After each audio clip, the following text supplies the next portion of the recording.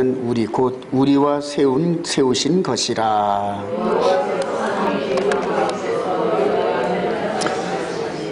그때 너희가 불을 두려워하여 산에 오르지 못하므로 내가 여호와와 너희 중간에 서서 여호와의 말씀을 너희에게 전하였노라. 여호와께서 이르시되 나는 너를 애굽 땅 종되었던 집에서 인도하여낸 내 하나님이 여호와라. 아멘. 7절부터 21절까지 전부 다 십계명 말씀입니다. 십계명 말씀입니다. 자, 오늘 토라 포션은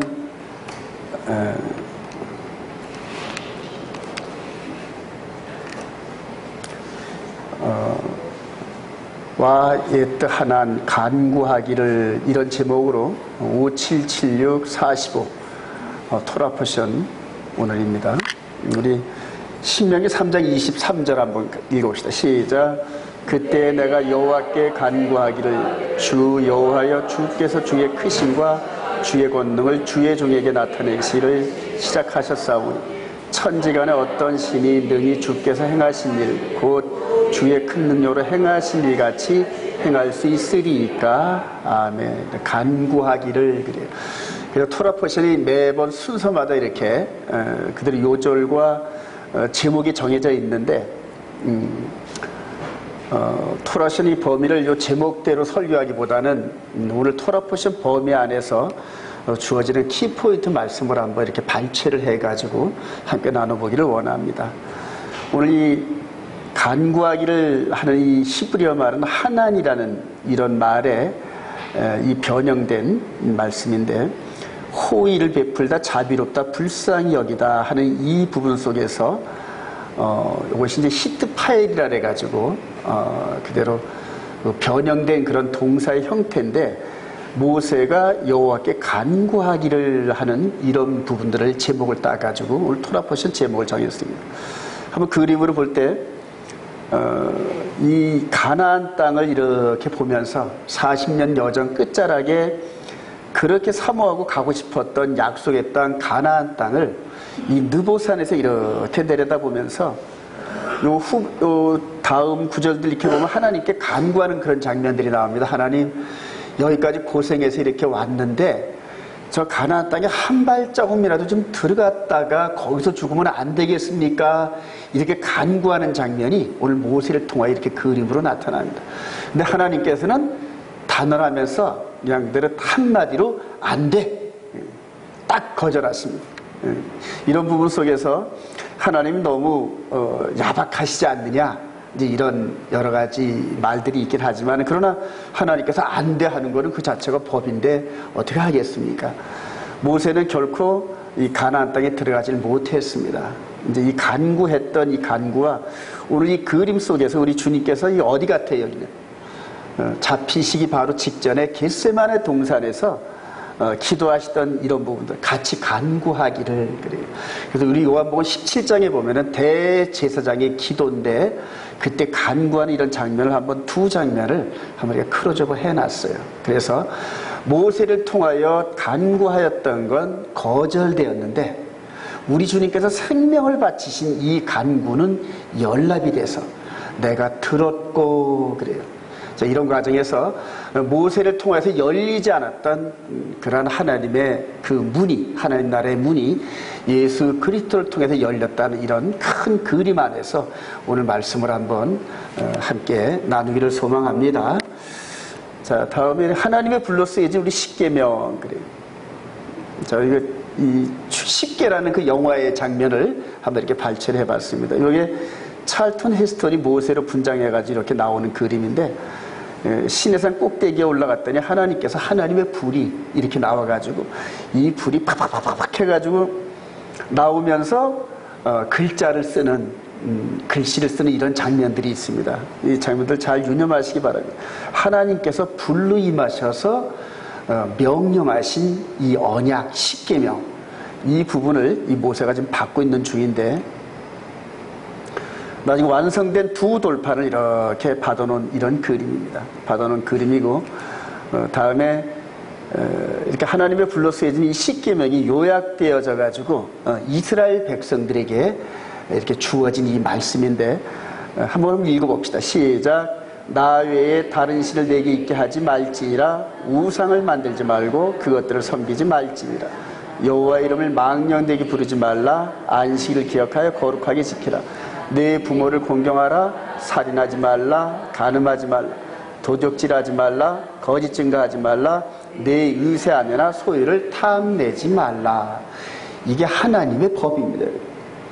하나님께서 지금부터 3500년대 시내산에 임하시고 그 밑에 약 한 200만 명 이상 되는 그 백성들을 앞에다 놓고 말씀을 반포하시면서 우리 눈에 보이지 않는 하나님 나라가 하나님의 그 상징적인 임하심의 불로 인해서 법이 기록되어지고 그 법이 이스라엘 백성들에게 주어지고 그리고 그 법이 이렇게 두 돌판에 기록되어져서 성경에 기록되어서 우리에게까지 임했는데 3500년 전에 임하신 주어진 이 법과 오늘날 저와 여러분들이 하나님의 거룩한 백성으로서 섬기고 있는 이 법이 어떤 차이가 있는지 한번 잘 비교해 보시기 바랍니다.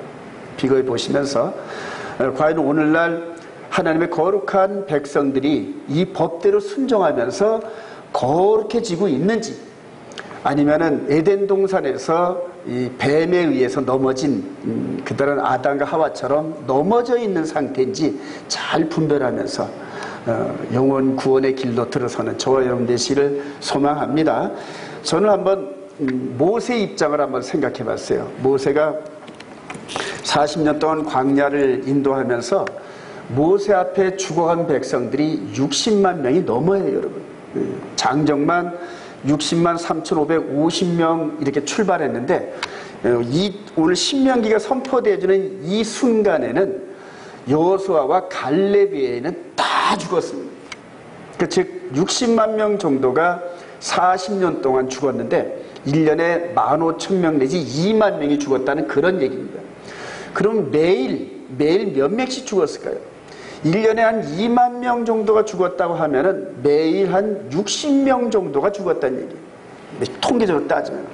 그러니까 이스라엘 지는 매일 한 60명꼴로 매일매일 죽어나갔다는 그런 그 얘기가 나오는데 그런 험악한 과정과 하나님의 징계와 여러 가지 이런 과정들을 40년 동안 겪으면서 이제는 하나님 앞에서 사형 선고를 받고 마지막 그 가나안 땅에 들어갈 백성들에게 그 백성들에게 하나님의 그 교훈과 즉 모세가 깨달은 이 생명의 말씀을 백성들에게 전하는 모세의 심정으로 한번 제가 한번 이 앞에 서본다 이렇게 생각을 해봤어요.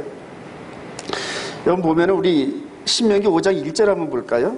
1절 보면은 모세가 온 이스라엘 불러 그들에게 이르되 이스라엘아 오늘 내가 너희의 귀에 말하는 규례와 법도를 듣고 그것을 배우며 지켜 행하라. 자, 우리 또 6장도 한번 볼까요? 6장도 한번 읽어봅시다. 6장 1절 시작. 이는 곧 너희 하나님 여호와께서 너희에게 가르치라고 명하신 명령과 규례와 법도라. 너희가 건너가서 차지할 땅에서 행할 것이니. 계속 강조합니다. 계속 강조하고 우리 7장 이하에도 쭉 보면은 계속 행하라. 우리 7장 11절 한번 읽어봅시다. 그런즉 시작. 그런즉 너는 오늘 내가 네게 명하는 명령과 규례와 법도를 지켜 행할지니라. 계속 강조를 합니다. 계속 강조. 그러면서 신명기를 한번 전체를 다시 한번 이렇게 귀에 들리는 음성으로 들어보고 또 읽어보고 이러면서 이 모세가 과연 이스라엘 백성들이 이렇게 피를 토하면서 지켜 행하라 이런 이유가 뭘까? 한번 깊이 한번 다시 한번 생각해 봤어요. 그러면서 예수 그리스도 안에서 이 계명과 이런 것들이 왜 이렇게 중요할까? 왜 그렇게 모세가 마지막 유언 같은 그런 모습으로 백성들에게 틈만 나면은 중간중간 지켜 행하라 계속 다짐을 합니다. 우리 잠언서에도 보면은 그대로 솔로몬이 마지막 그 깨달은 그런 말씀들을 이렇게 자녀들에게 전하면서 지켜 행하라. 우리 전도서 마지막 12장에도 보면은 모든 말씀 가운데서 계명을 지켜 행하는 것이 계시록 21장에도 계명을 지키는 자들에겐 복이 있도다. 이렇게 성경 전편에 하나님의 계명에 대해서 그렇게 강조합니다. 근데 저와 여러분들은 여태까지 계명은 다 폐했다, 계명은 안 지켜도 지장이 없다, 이런 식의 관점으로, 이런 교리적인 관점으로 신앙생활을 해왔다는 얘기예요. 우리 한번 신약에서 우리 주님께서 한번 말씀하시는 거, 강조하는 거 한번 미리 볼까요? 우리 마태복음 19장 한번 가보십시다. 마태복음 19장.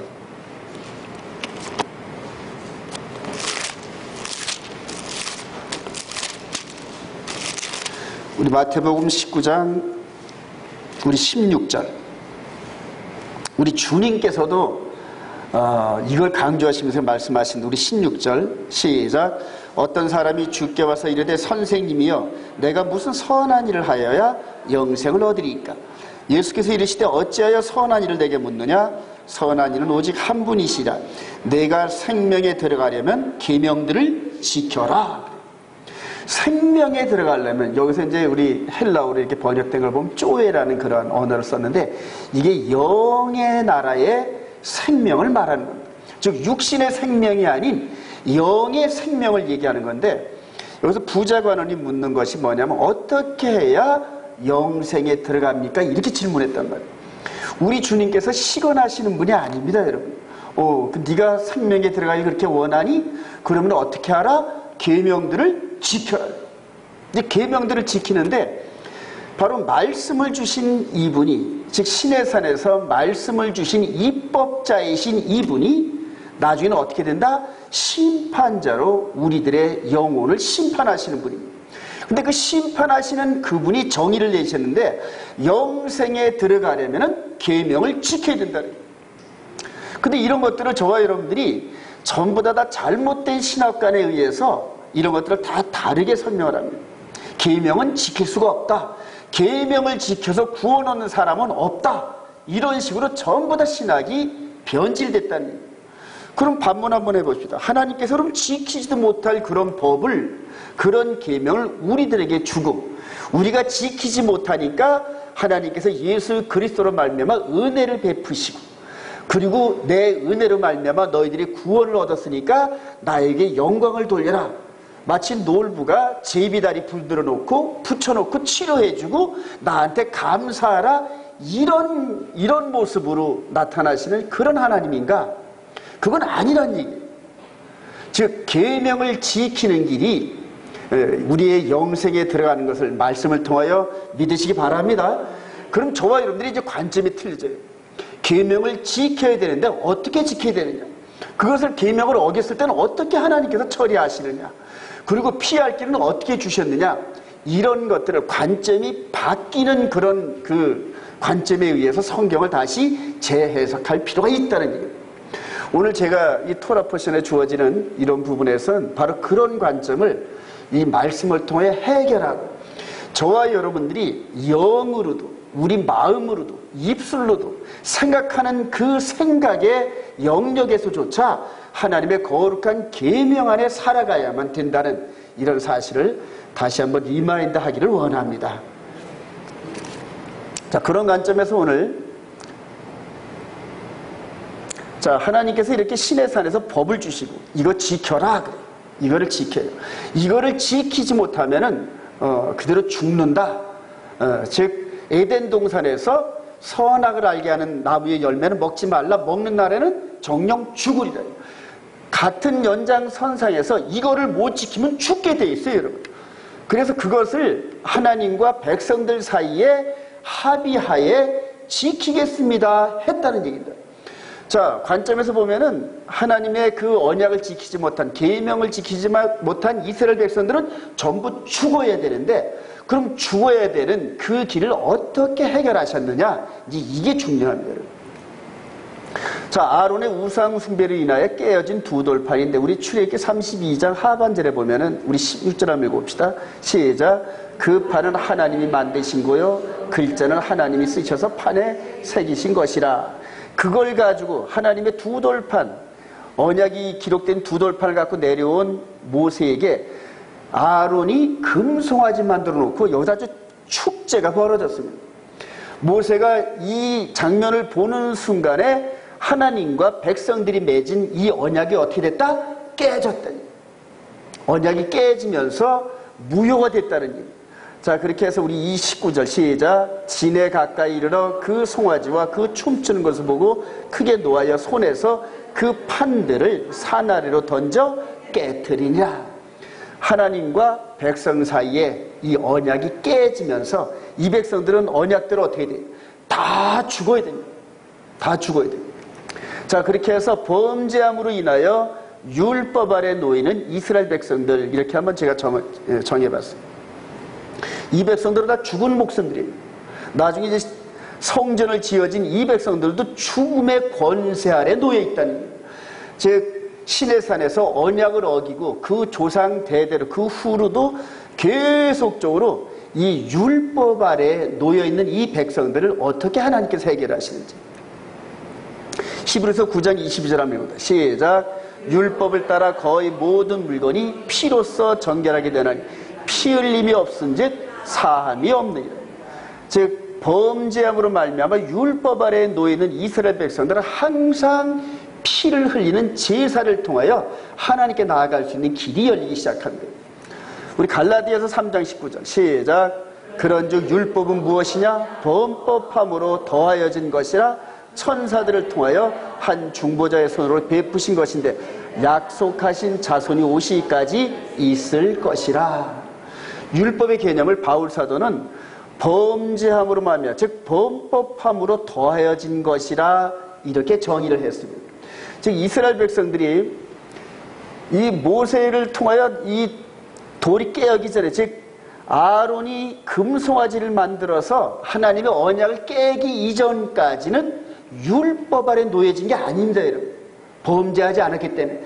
근데 범죄한 그 순간에 이스라엘 백성들은 율법으로 떨어졌단 말이죠. 죄인의 나라로 떨어지면서 그 죄값을 감당해야만 되는 그런 백성으로 떨어져가지고 그 다음부터 하나님께서 성막을 지으시고 지성소에 그 법궤 안에 두 돌판이 들어있는 법궤 위에서 상징적으로 하나님께서 임재하시고 이렇게 백성들이 이렇게 살다가 하나님을 만나러 들어갈 때는 양의 문으로 들어가서 자신의 죄를 고백을 하고 대신 죽은 양이 피를 흘리고 불에 태워지고 그 피가 이 안으로 이렇게 들어가는 이런 율법, 즉 모세의 율법 아래 들어가 있고 그리고 가나안 여정이 끝나고 난 다음에 이스라엘 백성들이 성전의 삶을 살 때도 이거와 똑같은 그런 개념 아래서 하나님의 그 영광에 참여하는 그런 율법 아래 놓였다는 얘기입니다.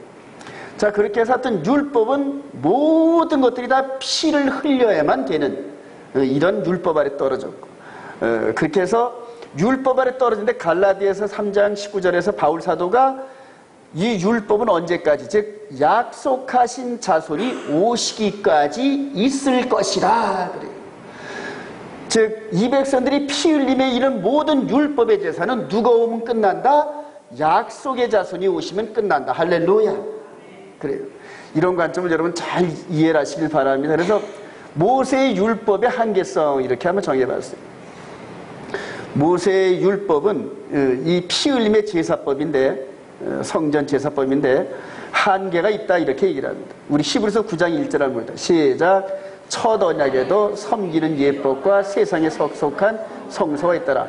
예비한 첫 장막이 있고 그 안에 등잔대와 상과 진설병이 있으니 이는 성소라 일컫고 이것들에 관하여는 이제 낱낱이 말할 수 없노라. 9절 시작. 이 장막은 현재까지의 비우니 이에 따라 드리는 예물과 제사는 섬기는 자를 그 양심상 온전하게 할 수 없나니 이런 것은 먹고 마시는 것과 여러 가지 씻는 것과 함께 육체의 예법일 뿐이며 개혁할 때까지 맡겨둔 것이라. 약속의 아들이 오시기까지 한시적으로 맡겨둔 것이다. 그렇게 얘기하는 겁니다. 자, 두 돌판의 계명이 즉 이전에 이렇게 율법 아래에서 깨어진 두 돌판 즉 하나님과 언약 관계가 깨어져 있는 그런 상태로 계속 나갈 수가 없는 겁니다, 여러분. 자, 그렇게 해서 하나님께서는 두 돌판의 계명이 마음파로 이전될 것을 예고하시면서 남방 유다의 이 성전을 하나님께서 헐어버리십니다. 헐어버리실 때 하나님께서 약속의 말씀을 이렇게 주셨는데 예레미야를 통해서 한번 읽어보자. 시작. 여호와의 말씀이라 보라 날이 이르니 내가 이스라엘 집과 유다 집에 새 언약을 맺으리라. 이 언약은 내가 그들의 조상들의 손을 잡고 애굽 땅에서 인도해내던 날에 맺은 것과 같이 아니할 것을. 내가 그들의 남편이 되었어도 그들이 내 언약을 깨뜨렸습니다. 여호와의 말씀이라 그러나 그날 후에 내가 이스라엘 집과 맺을 언약은 이러하니 곧 내가 나의 법을 그들의 속에 두며 그들의 마음에 기록하여 나는 그들의 하나님이 되고 그들은 내 백성이 될 것이라 여호와의 말씀이니라. 우리 주님이 오시기 한 600년 전에 남방 유다의 성전이 무너질 때 예레미야를 통해서 이렇게 새 언약을 약속하시고 소망을 주셨습니다. 근데 이제 두 돌판을, 즉 하나님의 그 언약을 어디다 기록한다? 나의 법을, 즉 나의 토라를 그들의 속에 두며 그들의 마음에 기록하여 이렇게 예고하시고, 이렇게 깨어진 두 돌판을 예수 그리스도를 영접한 하나님의 거룩한 백성들에게 마음판에다 이렇게 기록을 하십니다. 마음판에다 이렇게 기록하십니다. 저와 여러분들은 예수 그리스도를 영접한 거룩한 백성이고 하나님과 언약, 새 언약 관계에 있는데 새 언약의 내용이 어디에? 마음판에 기록된 거 믿으시기 바랍니다. 두 돌판에 있는 십계명의 내용이 1.1획도 변하지 않고 우리 마음판에 그대로 기록되어졌습니다. 자, 이제 율법을 완전하게 하러 오신, 즉 약속하신 자손이 오실 때까지 모세의 피 흘림, 짐승제사의 피 흘림의 그 제사의 법 아래 있었는데 이제는 여자의 후손 대신 이분이 오시면서 선언하십니다. 산상수훈을 끝내놓으신 난 다음에 우리 마태복음 5장 17절 시작. 내가 율법이나 선자를 폐하러 온 줄로 생각하지 말라. 폐하려 온 것이 아니요 완전하게 하려 함이라. 진실로 너에게 이르노니 천지가 없어지기 전에는 율법의 1점에도 결코 없어지지 아니하고 다하리라.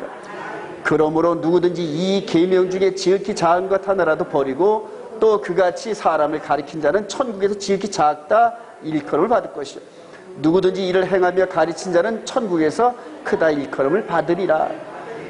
율법을 완전하게 해왔다니. 그럼 여기서 율법은 뭡니까? 바울 사도의 관점에 의하면은 범죄함으로 말미암아 더하여진 법이란 말이에요. 그러니까 죄를 짓기 이전에는 피 흘림의 제사인 율법이 필요가 없는데 이 율법, 즉 범죄함으로 말미암아 더하여진 율법을 완전하게 하러 하셨다니. 완전하게. 즉 그 이전까지는 모세의 율법 아래 피 흘리는 짐승 제사법은 불완전했단 말이에요. 왜 불완전했느냐? 드리는 그 사람의 마음까지는 정결하게 하지 못했던 불완전한 법이었단 말이에요. 그걸 나중에 이제 갈라디아서 이런 데 읽어보면 바울 사도가 몽학선생이고 연약한 법이고, 즉 예수 그리스도로 말미암는 완전한 법에 비하면은 모세의 율법은 불완전하고 연약한 법이고 가난한 법이고 이런 식으로 자꾸 설명을 합니다. 우리 예수님께서 율법을 완전케 하러 오셨는데 어떻게 완전케 하시는지 여러분들 궁금하시죠? 한번 보시기 바랍니다. 자, 십자가의 피 흘림으로 율법을 완전하게 하신 예수 그리스도, 즉 이분께서 오셔서 이렇게 잡혀서 강도의 이 강도, 좌측 강도, 우측 강도 이들과 함께 십자가에 죽으셨는데 이때 당시에는 이 로마 군병들이 이렇게 십자가로 처형하는 게 다반사였습니다, 여러분. 뭐 툭 하면 십자가 형틀에 메어지는 이런 사건이었는데 그 가운데서 우리 주님께서 수많은 십자가 사건 가운데서 우리 주님께서 함께 하셨는데 이분의 죽음이 이사야 선지자를 통하여서 예고되어졌는데 어떻게 예고된지 한번 볼까요? 여러분 보입니까 이거? 이사야 53장 10절 시작. 여호와께서 그에게 상함을 받게 하시기를 원하사 질고를 당하게 하였은즉 그의 영혼을 속건제물로 드리기에 이르면 그가 씨를 보게 되며 그의 날은 길 것이요 또 그의 손으로 여호와께서 기뻐하시는 뜻을 성취하리로다. 그가 자기 영혼에 수고한 것을 보고 만족하게 여길 것이라. 나의 의로운 종이 자기 지식으로 많은 사람을 그러므로 내가 그에게 존귀한 자와 함께 몫을 받게 하며 강한 자와 함께 탈취한 것을 나누게 하리니 이는 그가 자기 영혼을 버려 사망에 이르게 하며 범죄자 중 하나로 헤아림을 받았음이라. 그러나 그가 많은 사람의 죄를 담당하며 범죄자를 위하여 기도하였느니라. 주님이 오시기 약 한 700년 전에 아직도 짐승제사에 모세의 율법 아래서 짐승제사를 드리던 그때에 하나님께서 이사야 선지자의 눈을 열어주시면서 장차 완전한 율법을 이루시려고 오시는 메시아에 대해서 이렇게 지금 설명하고 있는 겁니다. 그렇게 설명한 대로 700년 후에 이분이 강도 중에 한 사람으로, 몹쓸 사람으로, 이런 그 신분으로 이렇게 십자가 형틀에 매어져 있는 이런 상태인데, 이 시대에는 눈을 열어준 사람이 하나도 없어서 이분이 이렇게 죽어가는 그 이유를 깨달은 사람이 하나도 없다. 나중에 사도행전에 이 베드로 사도가 눈이 열려가지고 설교를 하면서 이 시대의 관원들이나 대제사장이나 서기관들 누구도 이분의 죽음에 대해서 깨달은 사람이 하나도 없었다. 만약 있었다면 이분은 십자가에 매달지 않았을 거라고. 그 메시아를 감히 이렇게 십자가를 매달을 그러한 그 존재들이 어디 있겠습니까? 그러나 알지를 못했다는 얘기. 그런 것들을 전부 우리 주님께서 이사야 선지자를 통하여 이렇게 미리 예고되어졌는데, 나중에 이 12사도들이 영적으로 성령의 기름 부음의 은혜를 받으면서 이사야 선지자가 말씀하신 이 장면과 이 장면이 매치가 되면서 사도들의 눈이 확 열려버려요. 그러면서 이분이 바로 메시아였구나 깨달으면서 이스라엘 백성들에게 메시아를 선포하고 나니까 성령님께서 눈을 열어주셔가지고 3,000명, 5,000명씩 막 눈이 열리면서 구약에 있는 이런 말씀들이 열려서 자기 눈앞에 죽어왔던 십자가 사건들을 크로접하면서 그분이 메시아였네. 할렐루야. 이스라엘 백성들은 메시아만 깨달으면 바로 완성이 됩니다. 바로 완성이 됩니다. 히브리서 9장 11절 이제 개혁의 때까지 맡겨두셨는데 개혁의 때가 되면서 이렇게 설명을 합니다. 시작. 그리스도께서는 장래 좋은 일의 대제사장으로 오사 손으로 짓지 아니한 것 곧 이 창조에 속하지 아니한 더 크고 온전한 장막으로 말미암아 염소와 송아지의 피로 하지 아니하고 오직 자기의 피로 영원한 속죄를 이루사 단번에 성소에 들어가셨느니라. 염소와 황소의 피와 및 암송아지의 죄를 부정하게 한 자에게 뿌려 그 육체를 정결하게 하여 거룩하게 하던 하물며 영원하신 성령으로 말미암아 흠없는 자기를 하나님께 드린 그리스도의 피가 어찌 너의 양심을 죽은 행실에서 깨끗하게 하고 살아계신 하나님을 섬기게 하지 못하겠느냐. 이로 말미암아 그는 새 언약의 중보자이시니 이는 첫 언약 때 범죄한 죄에서 속량하려고 죽으사 부르심을 입은 자로 하여금 영원한 기업의 약속을 얻게 하려 하심이라. 할렐루야. 이분이 이렇게 성전의 마당뜰에서 죽어가는 짐승들처럼 성문 밖에서, 영문 밖에서 자신의 피로 제물이 되어서, 그리고 죽고 나신 다음에 부활하시면서 뭘로 취임하셨다? 대제사장으로 취임하셨다. 그리스도께서는 장래 좋은 일의 대제사장으로 오사. 여러분들 저와 함께 레위기 16장에 대제사장의 취임식에 대해서 공부하신 분들은 알 겁니다. 여러분. 대제사장이 취임식을 할 때는 자신을 위하여 먼저 가장 좋은 송아지로 대속제물을 먼저 드립니다. 그리고 백성의 죄를 대신할 또 염소의 피를 가지고 지성소에 들어가고, 자, 이런 식으로 했는데 대제사장이 그랬는데, 이제는 영원한 멜기세덱의 대제사장인 그분께서 오셔서 영문 밖에서, 예루살렘 성문 밖에서 이렇게 죽으셨다는 얘기. 그리고 대제사장으로 취임하셨다. 할렐루야. 대제사장은 백성들의 죄를 책임지시는 분인데, 여러분, 이분께서 영혼의 속건 제물로 제물이 되어주셔서 이제는 저와 여러분들이 마음의 세계에서 짓는 죄까지도 감당하시는 그러한 제사 시스템으로, 율법 시스템으로 우리를 인도하신다. 할렐루야. 이게 완전한 법이란 말이에요. 바로 히브리서에서는 바로 이런 얘기들을 하는 겁니다. 전부. 새 언약의 중보자 되신 그분이 저와 여러분들의 중보자가 되신 걸 믿으시기 바랍니다. 자, 이후로 성령님이 이제 마음판에 기록하셨어요.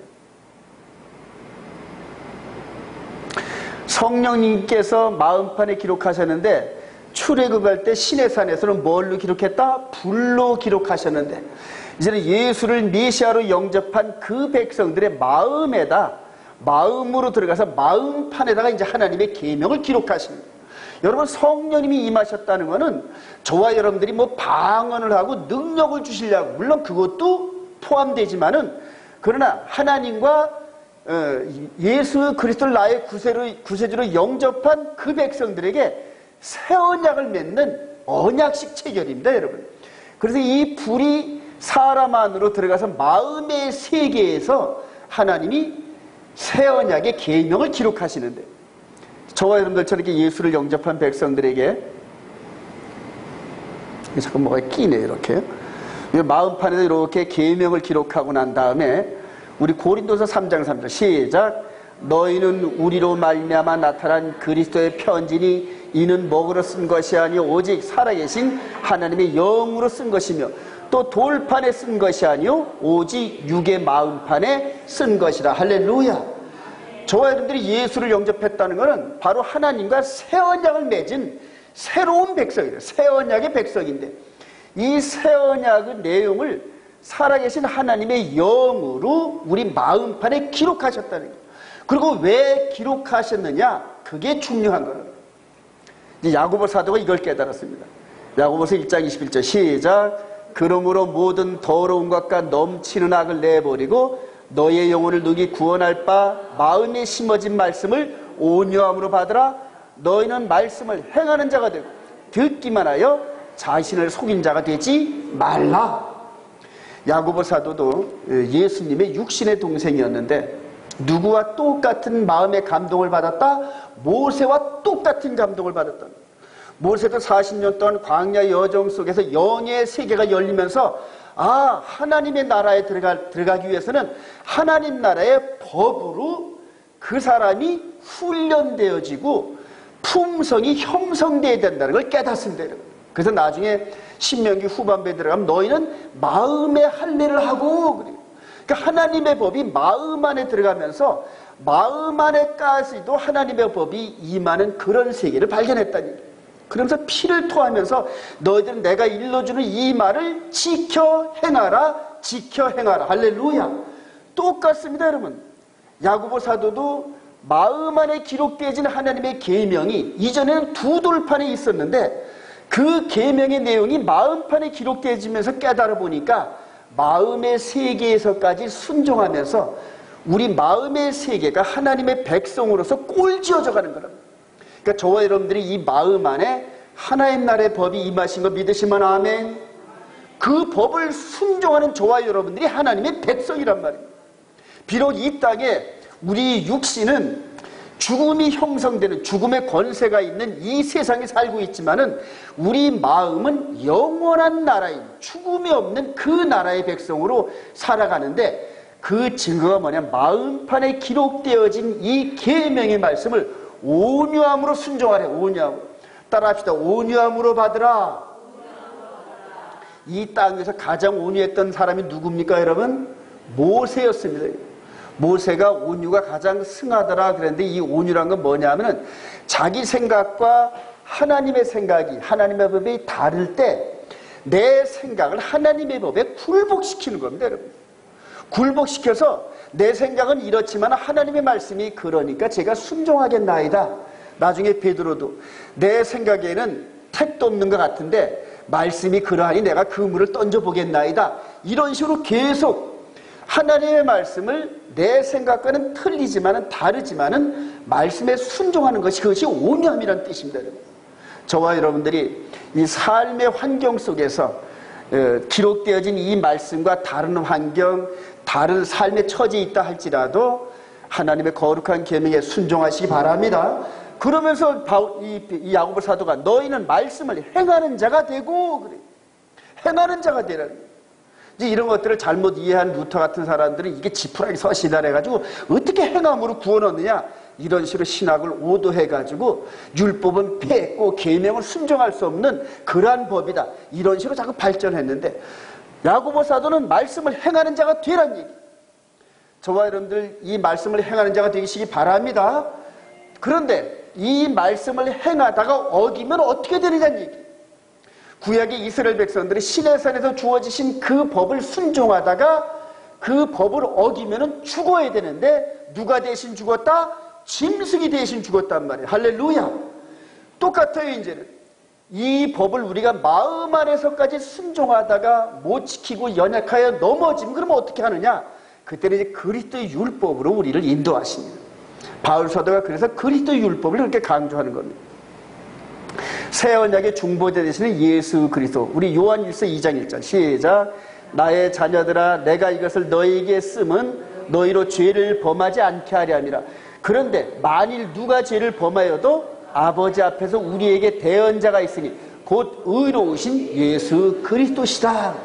십자가에서 피 흘리신 이분께서 우리가 하나님 앞에 범죄할 때 언약의 중보자 되신 이분이 항상 스탠바이 하신다는 얘기예요. 항상 스탠바이. 우리 요한일서 1장 9절에 보면 저는 미쁘시고 의로우사 우리가 죄를 자백하면은 저희는 용서해 주신다. 할렐루야. 그러니까 우리가 마음 안에서까지도 하나님의 거룩한 말씀을 순종하다 연약해지고 넘어지고, 오늘도 안식일날 순종하지 못한 그런 백성들이 여러 명이 있지만은, 그러나 저들이 삶의 환경에서 아버지 제가 이 안식일을 거룩한 안식일로 구별하여 지키지 못하고 아직까지 삶의 환경에서 제가 극복하고 이기질 못해서 이렇게 여기 와 있나이다. 용서해 주옵소서. 그리고 다음 안식일날 와서 또 이렇게 마음으로 깊이 회개하면서 고백할 때 저는 우리 죄를 용서해 주시고 할렐루야. 바로 그런 시스템이란 얘기. 그래서 모세의 율법 아래에서는 우리 마음으로까지는 완전하게 해결해 주지 못했던 그 법이, 그 죄가 예수 그리스도 안에서는 우리가 회개하면은 우리 마음의 죄까지도 해결해 주신다. 할렐루야. 바로 그런 얘기란 얘기. 자, 우리 7장 7절 시작. 사랑하는 자들아 내가 새 계명을 너희에게 쓰는 것이 아니라 너희가 처음부터 가진 옛 계명이니 이 옛 계명은 너희가 들은 바 말씀이거니와 다시 내가 너희에게 새 계명을 쓰노니 그에게와 너희에게도 참된 것이라. 이는 어둠이 지나고 참 빛이 벌써 비치니라. 사람들은 우리가 새 언약, 즉 새로운 계명이 우리에게 기록되었다 그러는데, 그거는 뭐 하나님을 주 너희 하나님을 사랑하고 내 이웃을 내 몸까지 사랑하라, 이 법으로 바뀌었다 그러는데 그것도 맞아요 사실은. 그런데 그 이전에 두 돌판에 있는 그 계명이 우리 마음판에 이전되면서 1점이라도 변하지 않았다. 할렐루야. 그리고 그 십계명이 그대로 한 점도 변함없이 우리 마음판에 기록된 사실을 요한 사도도 깨달았다는 얘기입니다. 그래서 내가 너희들한테 지금 새 계명을 얘기하는 것이 아니라 그 새 계명이 시내산에서 우리 이스라엘 백성들에게 주어진 그 법이야, 이렇게 설명하고 있는 거라니. 자, 모세 때 계명을 어기는 죄를 범하면은 모세 율법 아래에서 짐승이 대신 피를 흘렸어요. 이것을 바울 사도는 모세의 율법이라 이렇게 얘기를 해요. 그래서 이 율법의 행위로는 의롭게 되지 못한다, 이렇게 얘기를 해요. 예수님께서 오시기 이전까지는 하나님께서 한시적으로 계명을 어겼을 때 우리 레위기 1, 2, 3, 4, 5장을 읽어보면은 너희들이 이러이러한 죄를 질 때는 이러이러한 짐승 제사를 드려라, 그래야만 내가 너희들의 죄를 사하리라, 이렇게 했단 말이에요. 약속하신 완전한 율법 체제인 예수님의 십자가 오시기 전까지는 한시적으로 이렇게 하나님께서 율법 체계를 이루어 가셨단 말이에요. 그래서 구약 시스템에서는 법을 어겼을 때 짐승을 대신 잡아들이는 제사를 통하여서 의롭게 되고, 그리고 지성소에 계시는 하나님을 만날 수 있는 이런 길들이 열렸단 말입니다. 자, 그런데 이제는 예수 그리스도께서 새 언약을 주시면서 새 언약의 중보자가 되셨어요.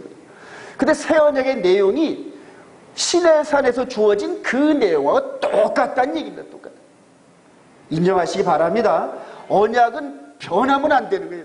언약은 진리이기 때문에 결코 변할 수가 없는 거예요. 그래서 이 법이 그대로 이렇게 들어오면서 이 법이 어디에? 마음판에 기록됐단 말이에요. 그리고 너희들이 나를 사랑하면 나의 계명을 지키리라. 그래서 우리 주님이 이 후반부에 보면은 계속 내 계명을 지켜라, 내 계명을 지켜라, 그렇게 말씀을 하십니다. 자, 그래 놓고 이 계명을 우리가 부지불식간에 어기면은 뭘로? 즉 예수님께서 우리 마음에 뿌려주신 십자가의 피로, 할렐루야.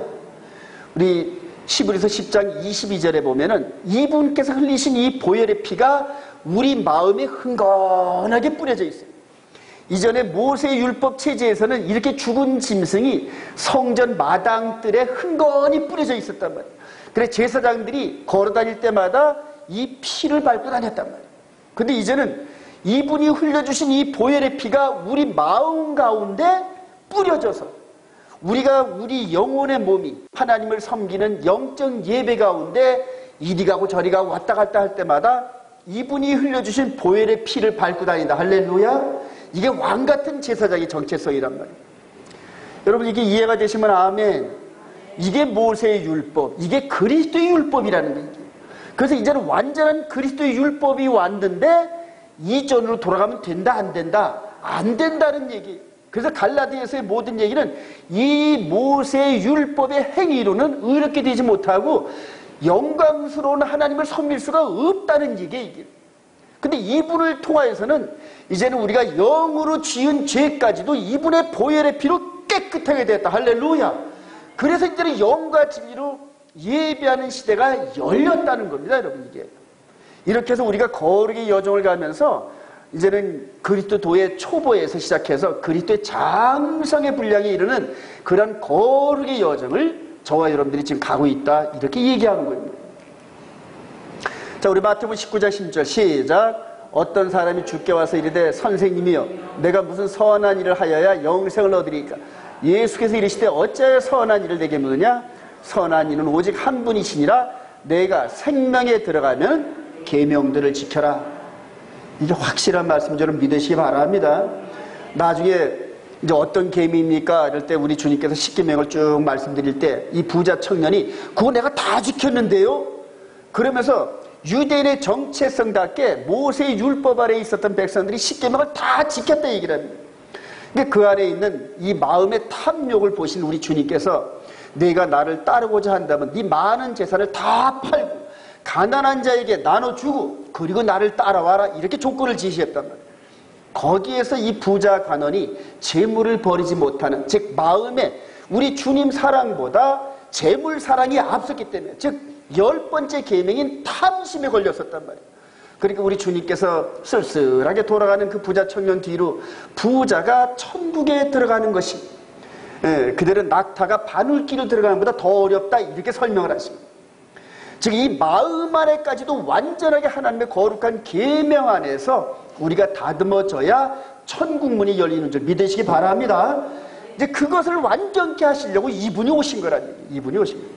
그리고 계명을 지키고 그리고 그 계명으로 말면 계명을 순종하면서 이게 형성되어지는 신의 성품, 이게 이제 베드로 후서 1장 4, 5절 이렇게 보면은 신의 성품인데 믿음의 덕의 지식을, 지식의 절제, 인내, 경건, 형제 우애의 사랑을 공급하라. 할렐루야.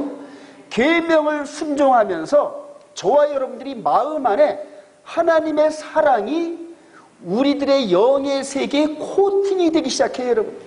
하나님의 십계명의 말씀을 순종하다 넘어지고 순종하다 넘어지고 또 일어나고 이런 식으로 달려가다 보면은 우리 마음이 하나님의 마음을 닮아갑니다. 나를 지으신 주님 할렐루야. 나를 낳으신 그분의 품성을 닮아간단 말이에요. 아들이 아버지를 닮아갈 때 아버지가 얼마나 기쁜지를 몰라요. 하나님께서 우리를 낳으셨는데 그 아들의 피로써 우리의 생명을 낳으셨는데 우리 마음의 세계가 하나님의 사랑의 마음으로 다듬어가고 꼴지어져가고 닮아가는 그 모습을 바라보면서 우리의 예배를 받으시면서 얼마나 기뻐하시는지 모른다. 할렐루야. 바로 이 여정이란 얘기입니다. 하나님의 계명이 변개될 것을 경고하는 다니엘, 이게 아주 너무너무 중요합니다. 이제 앞으로 이런 부분들을 저와 여러분들이 이제 연구할 텐데 우리 다니엘서 7장 23절 시작. 모신 자가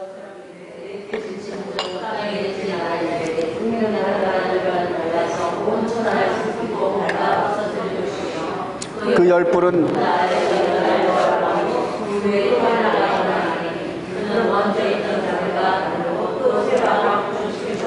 그가 장차 지극히 높으신 이를 말로 대적하며 또 지극히 높으신 이의 성도를 기록게 할 것이며 그가 또 때와 법을 고치고자 할 것이며 성도들은 그의 손에 붙임받아 한 때와 두 때와 반 때를 지나리라. 우리 주님 오시기 약 한 600년 전에 다니엘을 통하여서 이렇게 열어주십니다. 다니엘을 통하면서 지금 뭐 이런 부분들을 우리가 여기서 넷째 나라 열한 이런 부분들을 많이 연구하면서 이런 부분들이 많이 밝혀졌는데 그렇다고 그것이 100% 규명된 건 아니에요. 그럴 것이다 가능성이 많다지. 자, 그가 누군지는 몰라요. 다니엘이 말했던 그가 장차 또 그가 또 때와 법을 고치고자 할 것이면서 여기서 그가 누군지는 100% 확신은 못해요. 그러나 90% 95%는 규명이 돼갑니다. 결과적으로 때와 법을 바꾸는 존재가 나타날 것인데 그들을 조심해라 이렇게 경고하는 겁니다.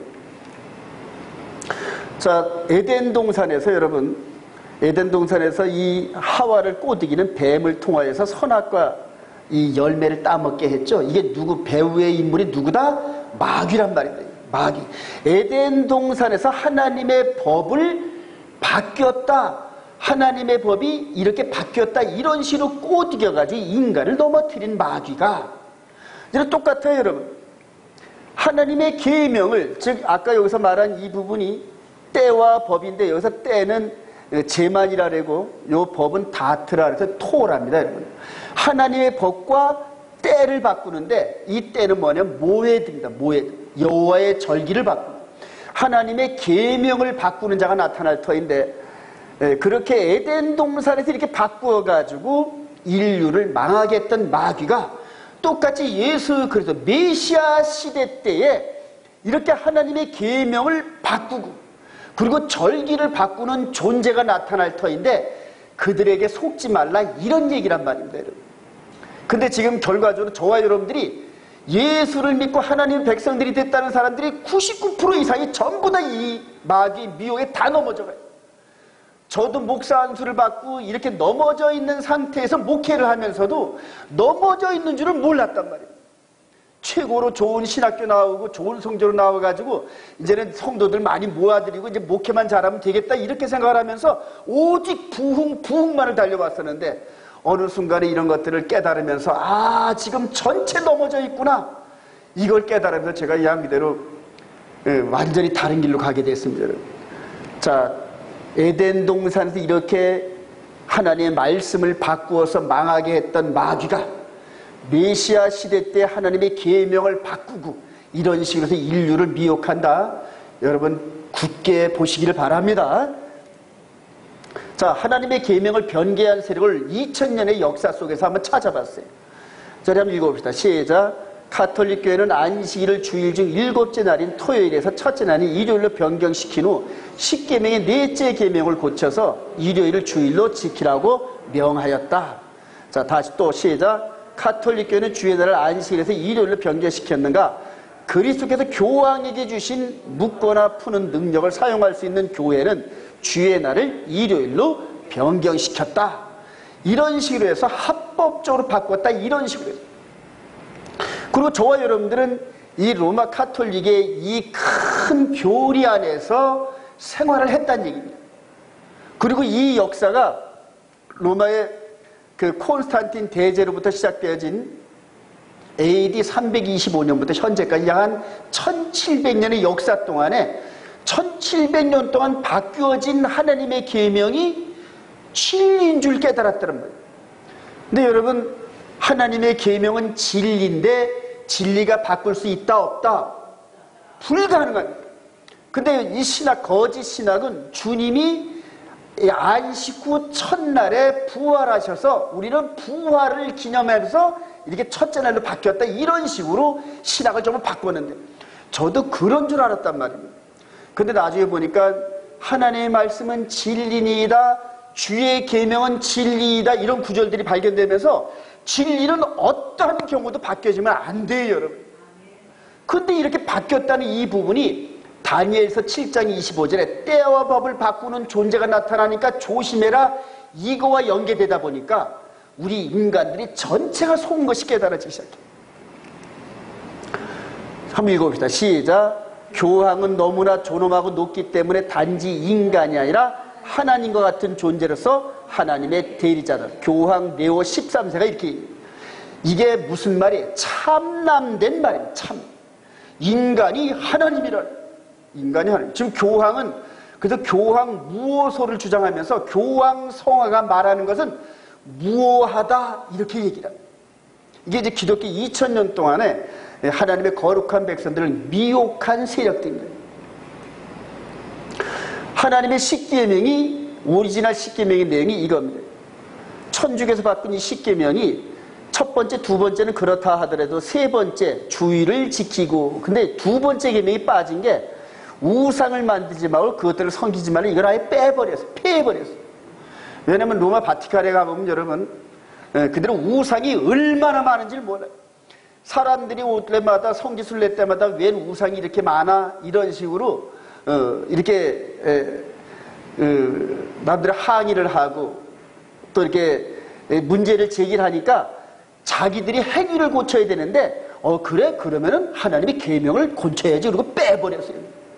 이런 식으로 법을 바꾼 이 로마 카톨릭 세력들이 네 번째 안식일을 거룩히 지키는 이 부분을 두 번째 이걸 빼버리니까 공백이 생기니까 세 번째로 바뀌어서 주의를 지키고 이런 식으로 바꿨단 말이에요. 자, 그러면 두 번째 계명을 폐했으니까 아홉 번째 계명인데 열 번째 계명인 내 이웃의 아내나 소유를 탐내지 말라, 이거를 두 가지로 바꿔가지고 남의 아내를 원치 말고 남의 재물을 탐내지 말라, 이런 식으로 둘로 나누어가지고 십계명을 조립을 해놨습니다. 이런 체자에 저와 여러분들이 약 한 2000년의 세월을 온 인류들이 그 세월 안에 있었고, 개신교가 개혁을 해가지고 나온 지가 한 500년 됐는데 안식일을 기억하여 거룩히 이 문자는 그대로 지키면서 실질적으로 내용은 주의를 지키고 이렇게 한단 말이에요. 그러니까 입으로는 시인하는데 행위로는 부인합니다. 제가 장로교 합동측 그 총회와 충돌하면서 6개월 동안 재판을 하면서 계속 이 부분을 가지고 제기를 하는데 답변을 못합니다. 답변을 못해요. 기억하시기 바랍니다. 이렇게 바뀐 그 법 아래, 하나님의 법이 바뀐 그 암흑의 세계 안에 저와 여러분들이 어떡하지 있었다는 얘기예요. 여러분, 마지막 시대입니다. 여러분, 마지막 시대인데 왜 하나님께서 모세를 통하여서 그 신명기 그 말씀을 통하여 왜 이렇게 지켜라, 굳게 지켜라, 지역하라. 나중에 우리 여호수아 1장을 보면 하나님께서 모세가 없는 상태에서 새로운 리더가 된 여호수아가 막 두렵고 떨어. 여호수아야, 걱정하지 마라. 내가 너와 함께 하는데 네가 할 일은 율법을, 즉 모세를 통하여 전해준 그 말을 순종만 하면 돼. 너는 그 말씀만 순종하면 돼. 이런 식으로 계속 강조하시고, 우리 주님께서도 너희들은 내 계명을 지켜라. 너희들이 나를 사랑한다면 내 계명을, 이런 식으로 말씀을 하셨는데 왜 그랬을까요? 우리 지지난주가 우리 그 민수기 마지막 부분에 이렇게 볼 때 거짓 선자인 발람이 나타나죠. 발람과 발락이 나타나가지고 바알 종교를 끌어들여서 이스라엘 백성들을 미혹해서 마지막 가나안 땅 들어가는 그 입구에서 요단강 건너기 직전에 이스라엘 백성들을 바알 종교를 인도하면서 망하게 했던 그런 사건이 있다니. 이제는 모세를 통하여도 이렇게 강조한 이런 부분들이, 이 마귀가 계속해서 하나님의 말씀을 가지고 장난질을 하고 그리고 그 말씀을 이탈하게 하는 그런 일들을 한다는 얘기예요. 저와 여러분들 예수 그리스도 안에서도 왜 그렇게 하나님의 계명을 지키라 이렇게 얘기를 하냐면은 마지막 순간에 마귀가 하나님의 계명을 가지고 우리를 시험한다는 얘기예요.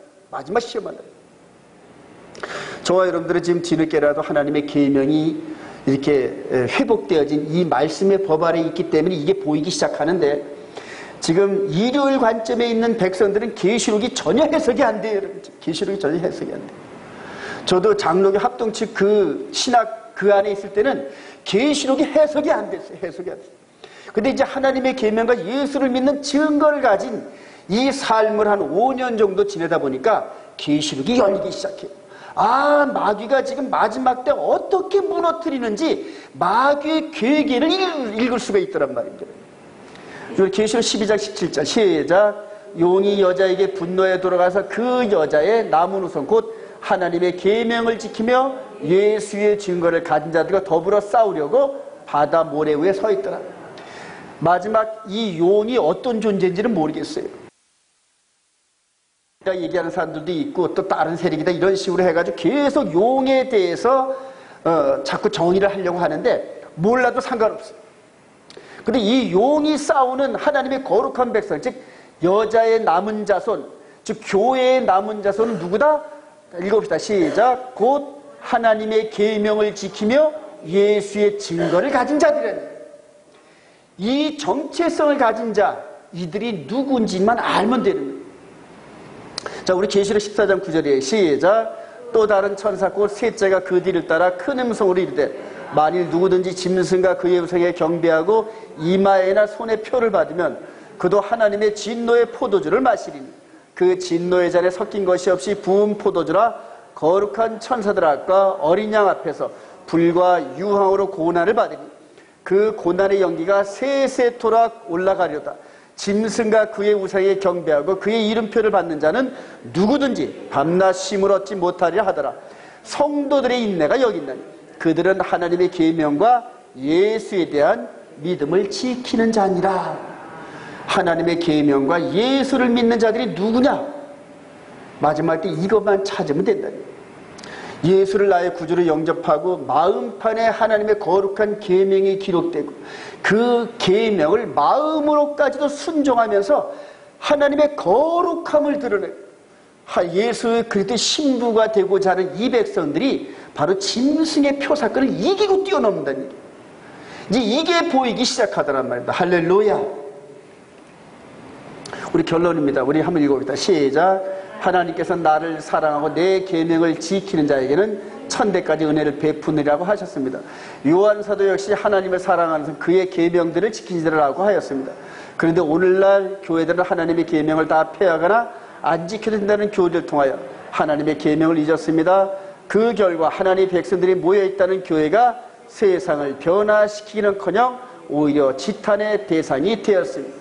요즘에 여러분들 교회 한번 생각해 보세요. 목사가 죄를 아주 솔선수범해서 짓습니다. 교회 장로들이나 권사들이나 집사들이나 중직자라는 사람들이 죄를 밥 먹듯이 짓습니다.